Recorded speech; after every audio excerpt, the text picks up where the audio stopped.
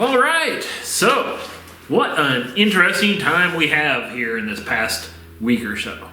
We got this whole virus thing, people losing their jobs, and everything's kind of falling apart. But that is something not to look forward to. But anyways, I'm good here where I'm at, so we're still out in the middle of nowhere, so less dealing with that. Everyone in New York and LA and that type of stuff, they're pretty well hosed, but we might get there at some point in time. Anyways, kind of chilly out here these days, but we need to get back to some work on this here car, and hopefully we can ignore this whole virus issue, even though it's this wonderful country we live in here, I live in. Kind of sucks at this whole looking out for other people. So this may get ugly real fast, and it may make a mess of everything that everyone has planned for the year. So hopefully everything will still continue on track with what we're trying to do here, because I'm not going anywhere, and I just might have a lot more time to work on the car this coming month or so. So anyways, today we're going to kind of play around with the e-brake thing that we got, and I can show you what I was doing and broke and unbroke. So let's just get rolling on that and ignore this whole disaster. Let's roll.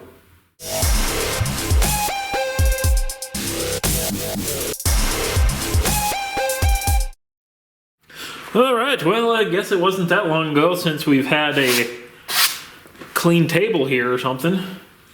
But here is part of the e-brake setup that we got. So it's just a simple lever arm on a master cylinder. It's designed to pass through from your original rear brake connection and then out to your actual brakes. So that way when you just yank on the lever, it will shove some fluid to the rear and lock up the back.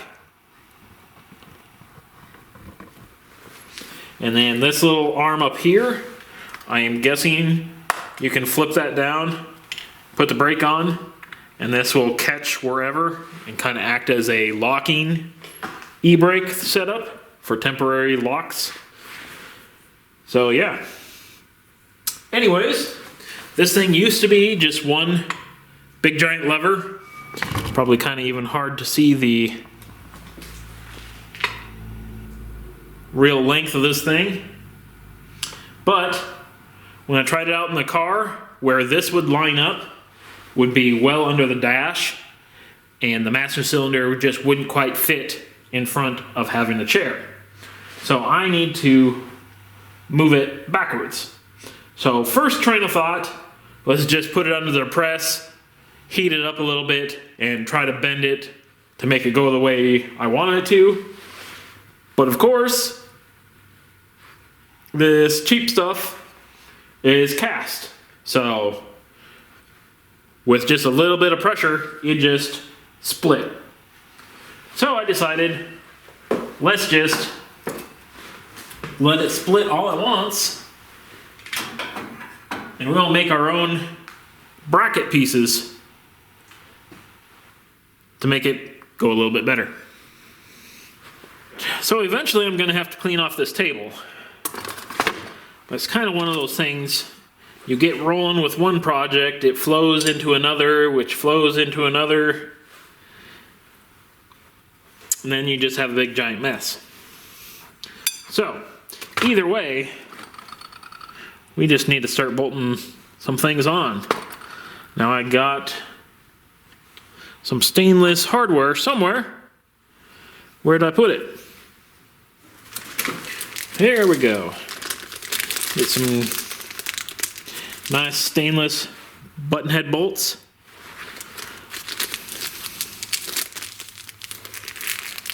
Why do I only have 3?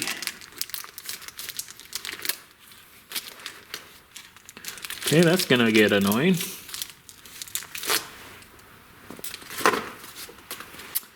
Okay, well, that's Certainly is fun, isn't it?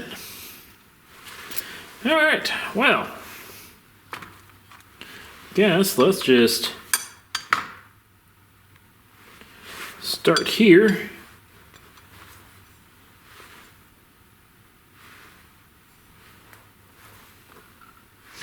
Which side is better? Neither side is good, so let's just shove them together wherever they line up.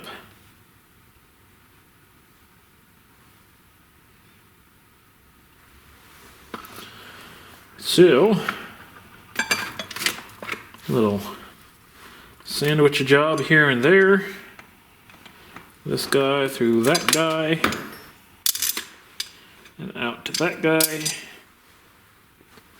And then I got a couple nylocks.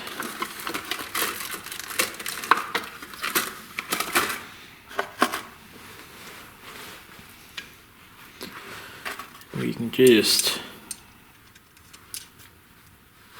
bolt this guy right up.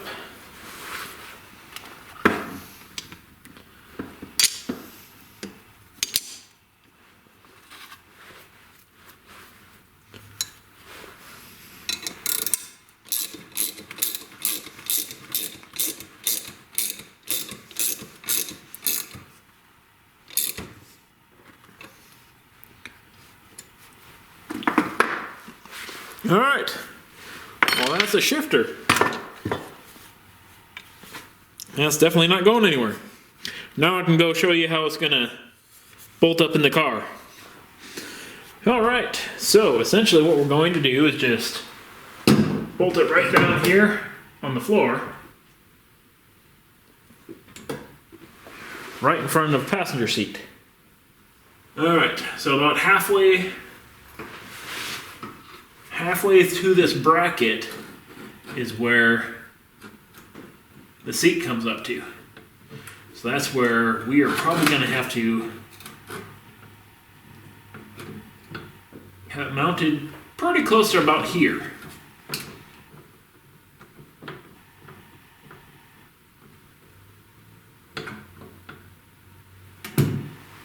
So that way I should be able to grab it and rip it right there. So I'm probably going to have to not try to put it in quite yet and start working on the firewall for the exhaust here. So we got from our wastegate into there. So we can get started on kind of shielding this from the interior here. It's going to be a weird setup, so I don't even know how that's going to look. That's just going to be something that I'll have to get ripping away on the weekend here, and hopefully have something halfway decent by the end of it. It's going to be kind of pieced together and not the best, but it will do, because that's what we'll end up with. Alright, since this whole disaster has kind of made work, everybody at work kind of lost their dang minds, I'm kind of out of time, so we'll just do something nice and easy and kind of start pouring in some fluids here.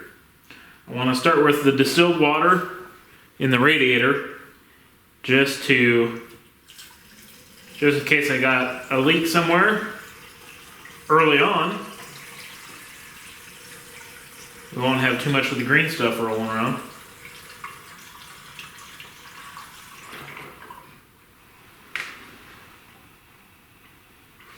All right.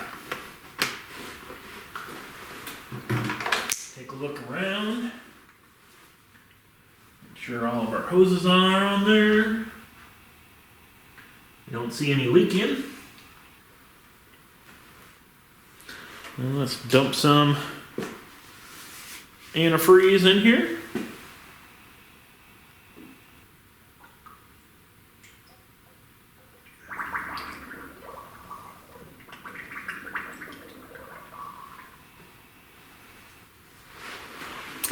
All right, that's a full 2 gallons in the system.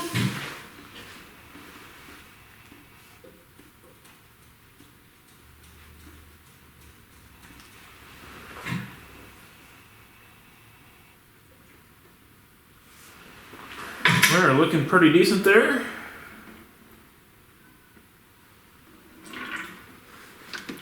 Now I've got a jug that I can mix the other gallon into.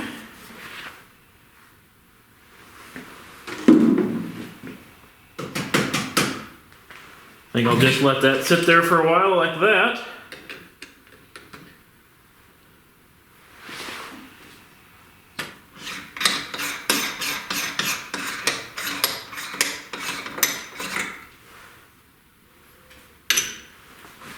Give the power steering some fluid here.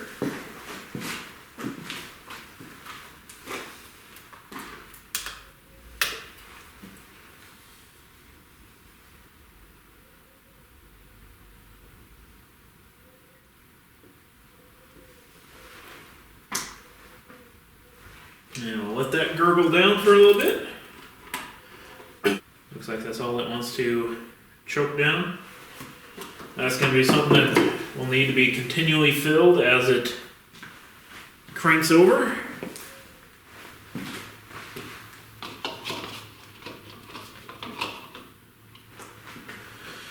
Yeah, let's see if that'll do it.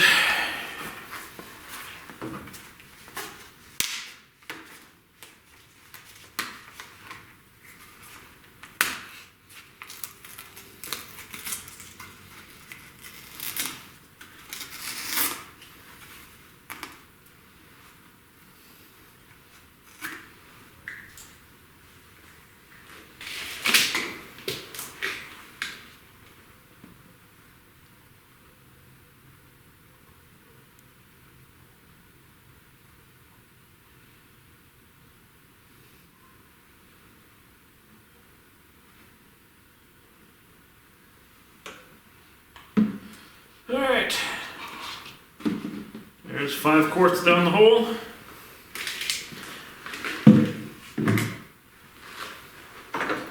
It should be good enough to get the system primed up, because I have no idea how much oil this thing will actually take.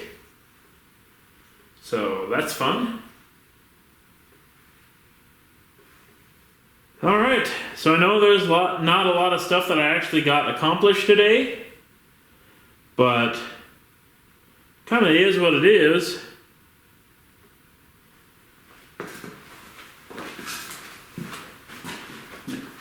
At least we got a brake lever all rigged up.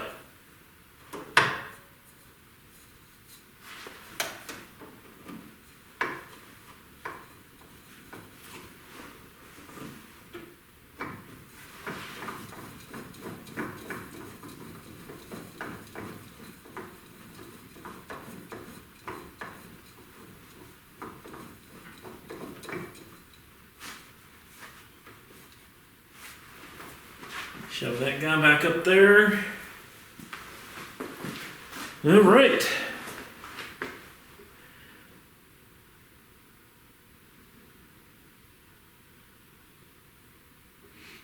Kind of think we're sitting pretty good here. I need to pump some oil into the transmission because I don't want that rolling around dry. Because even when you're not driving it, that input shaft's still going to spin. So we don't need to heat up and burn out a bearing or something. So, yeah.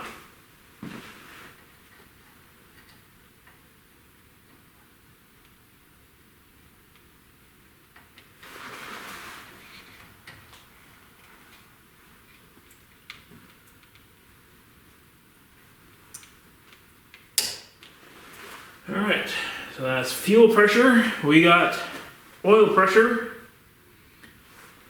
That was kind of a fun little jimmy and done, but nice little shorty crescent wrench made that a whole lot easier. So, before we try to fire it, I need wheels. Because I got the wheels, I need to get them mounted up. Oh, I should probably put a clamp on those. That looks a little sketchy.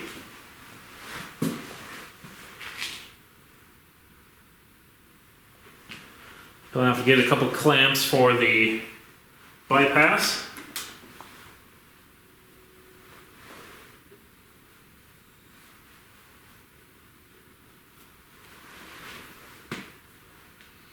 All right. Wonder if there's any oil on the dipstick. Hey, we got a tiny little bit on the dipstick.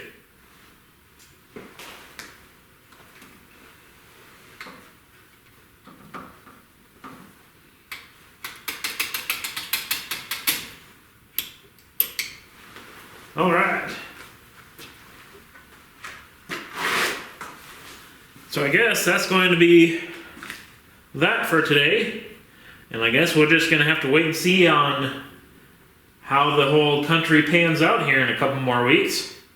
Because it could get pretty darn ugly. So, anyways, thanks again for stopping by. Make sure to subscribe and that type of stuff if you're stuck in your house. Because I'll still be out here cranking away, no matter what the case. So, I guess, until next time, we will see you later.